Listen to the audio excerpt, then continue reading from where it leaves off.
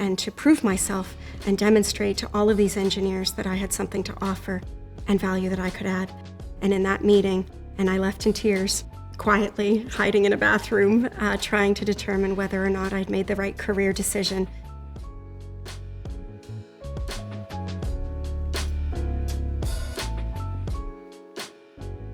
Hello, WCT-NCR. My name is Sonya Shorey, and I have the privilege of serving as the Vice President, Strategy, Marketing, and Communications for Invest Ottawa, Bayview Yards, and Area X.O.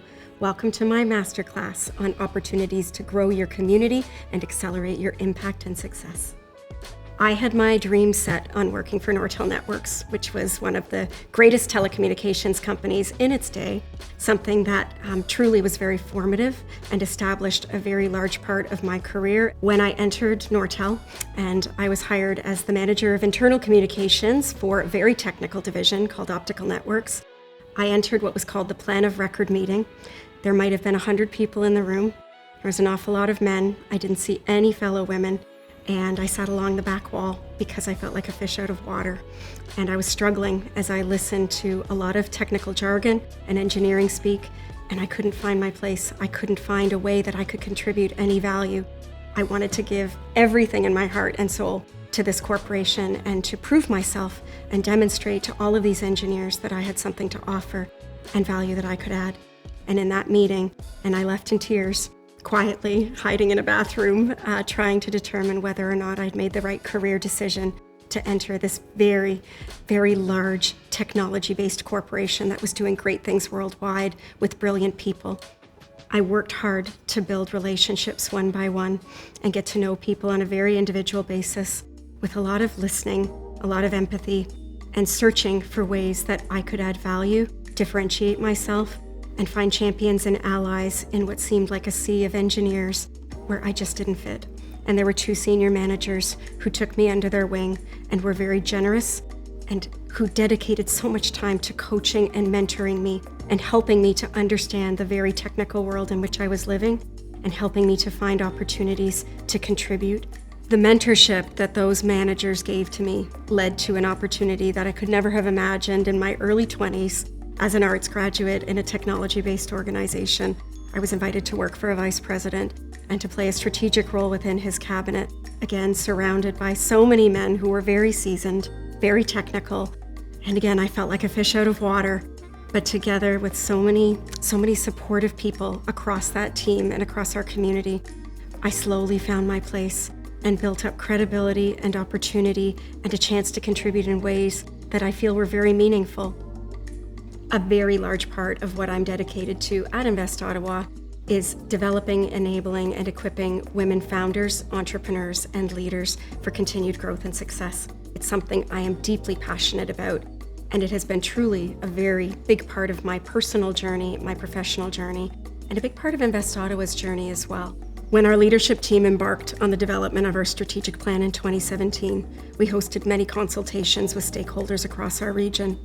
This included many women who shared with us the deep pain that they had experienced, not feeling a sense of belonging, place, or opportunity at our innovation hub. This is something we set a goal to change. We built that into the heart of our strategic plan. Diversity, equity, and inclusion is a journey that we have been on for the last 5 years, and we have many, many steps to go. When we focused on women founders and business owners, we established a subcommittee of our board. We developed a strategy and an action plan together with our community. And we launched International Women's Week, which is dedicated to helping equip women leaders, current and aspiring, right across our region in every professional field. And we report on the metrics and the targets and the progress that we're making together with our community at the launch of every International Women's Week. Certainly, we have a very, very long way to go, but I'm really encouraged that we have seen progress in the development of our pipeline for women founders, particularly across the earliest stages in our technology-based programming and our venture path. But we support women founders in technology and non-technology based industries, and that's been absolutely critical during the pandemic. So many women own businesses across our region that are serving in the Main Street part of our business and our economy. It's been absolutely critical because of the disproportionate impact of women through the pandemic that we come together as a community and double down on opportunities to support. And this has included a variety of new programs that I've been privileged to be involved in and help to architect with so many leaders across our community. I'm particularly passionate about SheBoot, our investment-ready bootcamp for women tech and tech-enabled founders established by Invest Ottawa, the Capital Angel Network, together with so many members of our community. Designed for women founders by women entrepreneurs and investors, we are tackling an absolutely critical goal: to help women founders secure the capital they require to accelerate their growth and success, and access to the right networks, mentors, and markets internationally. Together with so many members across our community, we're addressing both sides of this significant gap. We're helping to bring more women angels into our community. When there are more women investing, more women get funded, and we're helping more women founders acquire the access to the capital, to the expertise, helping them to learn how to pitch and secure investment that will accelerate their growth. On planet Earth, only 2% of venture capital in the last year was allocated to sole women founders and business owners. This is a statistic that simply must change. It is exacerbated by the pandemic, which has created far more hurdles for women. We are seeing significant risks with many women considering scaling down their career or leaving the workforce altogether. With members of our community, we aim to change those statistics forever and drive long-term sustainable impact and progress so that we never have to look back and address this challenge again. Some of the greatest barriers that I believe women face are confidence, the ability to think bold and think big, and to support that with confidence and self-esteem is absolutely critical. Women have so much to give. Whether you're at the beginning of your journey or you're a seasoned veteran, I think imposter syndrome is something that's very, very real, and I see it all around me. I see it in myself. I see it in fellow women leaders that I respect and admire who have motivated me, created opportunity for me. No matter who you are and what place in the journey you might be at, imposter syndrome is absolutely real. And the ability to acquire confidence and esteem from those around you is absolutely critical to helping break down some of those barriers.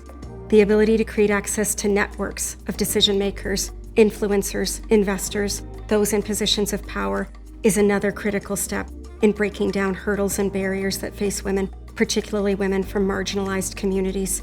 Coming together and creating communities of interest and working to lift each other up and create opportunities to learn, to acquire promotion, and to seek better opportunities for growth, absolutely critical.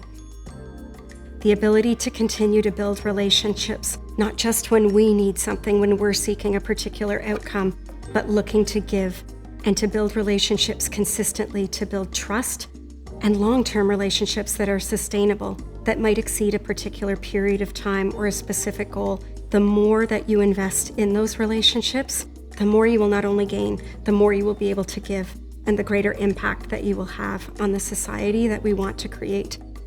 Networking has probably been one of the most important facets of my career journey, my personal and professional development. From my earliest days as a university student, where I was looking to build a community of interest and pursue extracurricular activities and opportunities for leadership, through to my early days at Nortel in the technology sector, my career as a consultant, and today in my leadership role with Invest Ottawa, Area X.O, and Bayview Yards, the opportunity to continually invest in myself and in others, continued learning, is absolutely critical. I think the day we stop learning is the day we cease to exist.